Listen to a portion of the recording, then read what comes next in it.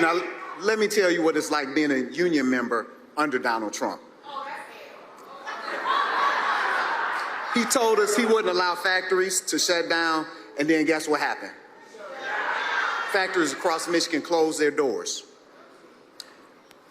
Trump said he was going to protect our jobs and then lost nearly 300,000 jobs on his watch, including more than 30,000 of these manufacturing jobs.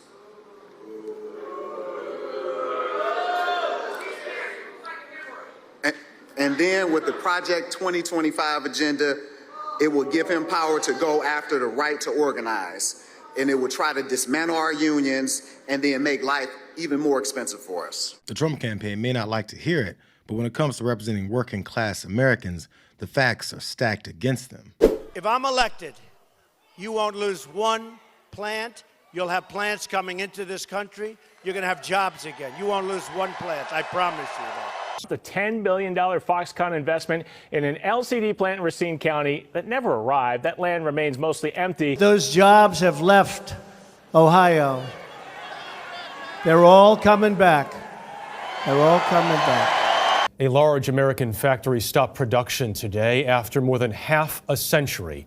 1,600 workers at the General Motors plant in Lordstown, Ohio, are affected by this. It's hard to even fathom that I'm not going to be coming back tomorrow. No more empty factories that sit there and rot.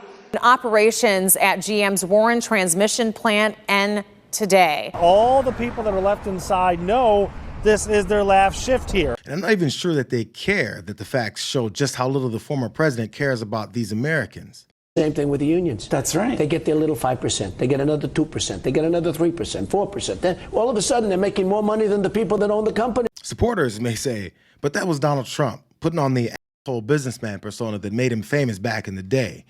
What does he think of unions and workers now? I mean, I look at what you do. You walk in and you just say, you want to quit? They go on strike. I won't mention the name of the company, but they go on strike and you say, that's okay, you're all gone. You're all gone. So every one of you is gone, and you are the greatest. You would be very good. Oh, you would love it. The United Auto Workers Union has filed federal labor charges against both Trump and Musk after the X interview last night. The UAW claims that Trump and Musk threatened and intimidated workers who engaged in protected activities like strikes. Again, he doesn't seem to care that he's made it completely obvious that he harbors tons of disdain for the people that make companies thrive.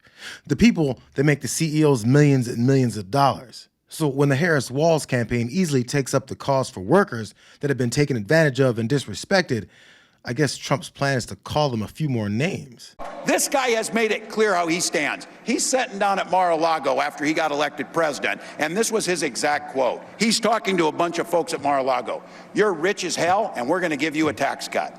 At the same time, he was telling workers they get paid too much already. That's who this guy is. You tell me who in Wisconsin is sitting around saying, damn, I wish they'd give billionaires tax cuts and screw me over. Damn, I wish they'd take my health care away. I wish they'd underfund my public school. I wish they would make my job more difficult, more dangerous. And then at the end of the day, I wish they'd make me work till I'm 75 years old. No one's saying that. No one's asking for that agenda. What they're asking for is to be treated fairly with dignity. That's what we have. Harris supporters keep saying that Tim Walz is so good at this when they hear him speak to an audience about these kinds of issues. But what's telling about the Trump ticket is that all Walz is doing is putting himself in the shoes of voters that aren't only rich, white, straight Christian men. It's not a hard thing to do unless you're the epitome of the most out-of-touch person. I saw last week the Wall Street Journal was trying to say, because they did a story, that apparently I am the poorest person to ever run for vice president.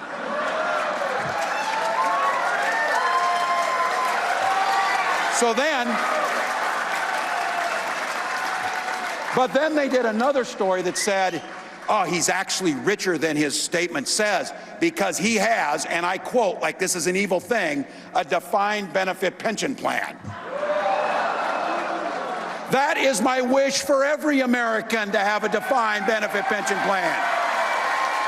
Instead of bragging about all that a candidate owns or wields over everyone else, it's pretty easy to look into what most voters need to have an opportunity at a life that reflects the work that they put into it.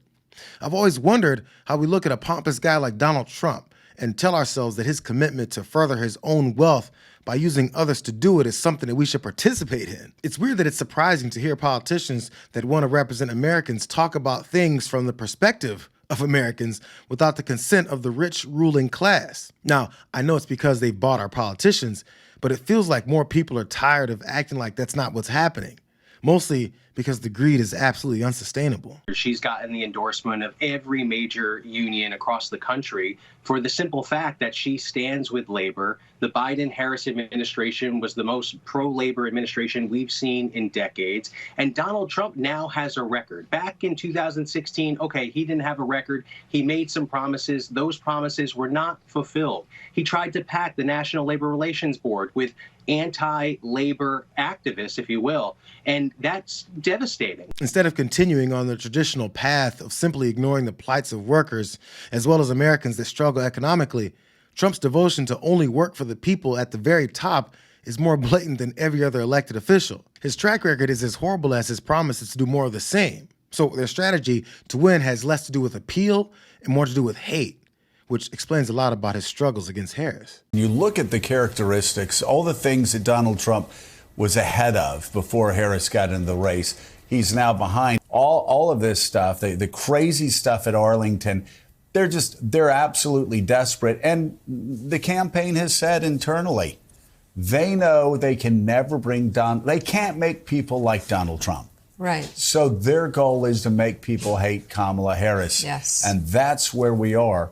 And if they can't get Americans to hate Kamala Harris, then they understand she will win. So the name-calling, the misogyny, the racism, it's all apparently all a plan by the Trump team to get people to hate Harris.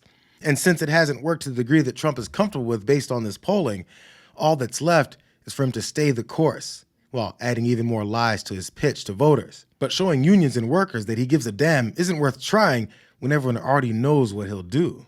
Everywhere I go, I tell people, look, you may not be a union member. You better thank a union member. For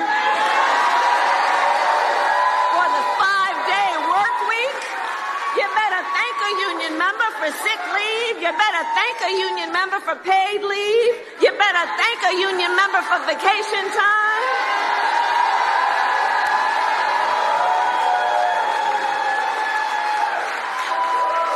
Because what we know is when union wages go up, everybody's wages go up. When union workplaces are safer, every workplace is safer. When unions are strong, America is strong. Appealing to workers instead of appealing to haters. Listen to how she speaks here. Watch.